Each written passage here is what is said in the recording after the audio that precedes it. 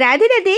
আমার গোপাল সোনাকে স্নান করালাম, স্নান করিয়ে চলো আজকে গোপাল সোনার জন্য ভোগ হবে। কাল তো সফলা একাদশী, তার জন্যে আজকে দেখো শাক ভাজা করব আর তার সাথে বাঁধাকপির ঘন্ট করব। আর এই শাকটাকে ভালো করে ছোটো ছোটো করে কেটে কুচিয়ে বেশ ভালো করে জল দিয়ে ধুয়ে নিতে হবে। কারণ আমার মায়েরা বলে যে এইভাবে শাককে ভালো করে ধুলে তার স্বাদই আলাদা, কারণ কোনো বালি ধুলো বালি কিছু লাগবে না। আর শুকনো কড়াটা বেশ ভালো করে গরম করে এই কড়ার শাকটাকে তুলে দিতে হবে। ভালো করে নাড়াচাড়া করে একবারে সুন্দর করে তুলে নিয়ে নাম করে দিতে হবে। তারপরে চলো কড়াটা বেশ ভালো করে গরম হয়ে গেলে তার মধ্যে তেল দিয়ে বড়ি কটা ভেজে নেব, কারণ বড়ির স্বাদটা একদম অতুলনীয় একদম।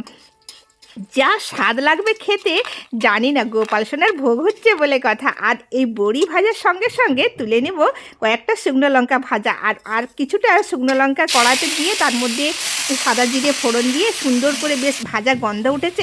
এখন লবণটা দিচ্ছি, এখন নুনটা দেওয়ার কারণ জলটা বেশি কাটবে না, এখন খেতে খুব ভালো লাগবে।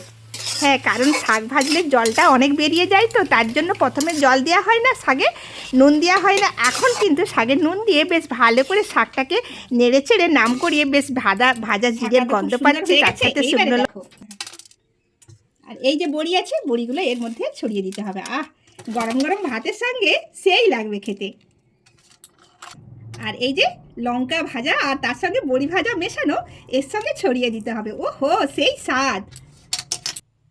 ওহো, গরম ভাতের সঙ্গে জমে যাবে একদম একদম একদম। কেমন লাগছে বন্ধুরা? আর এই বড়ি ভাজার সঙ্গে শাকের সঙ্গে একদম সব কিছু একদম মেশানো একটা যা সেন্ট উঠছে, এই সেন্টটাই কিন্তু আমার গোপাল সোনা সুন্দর সেবা নেবে। আর তার সাথে বাঁধাকপির ঘন্ট, আর এই যে সুন্দর করে শাকটাকে ভাতের সঙ্গে মাখিয়ে একদম এক গাল যখন মুখে নেবে তখনই সেই একদম সেই স্বাদ। আর তারপরে বাঁধাকপিটা মাখিয়ে যখন মুখে নেবে না, ও সেই স্বাদ একদম। রাধে রাধে।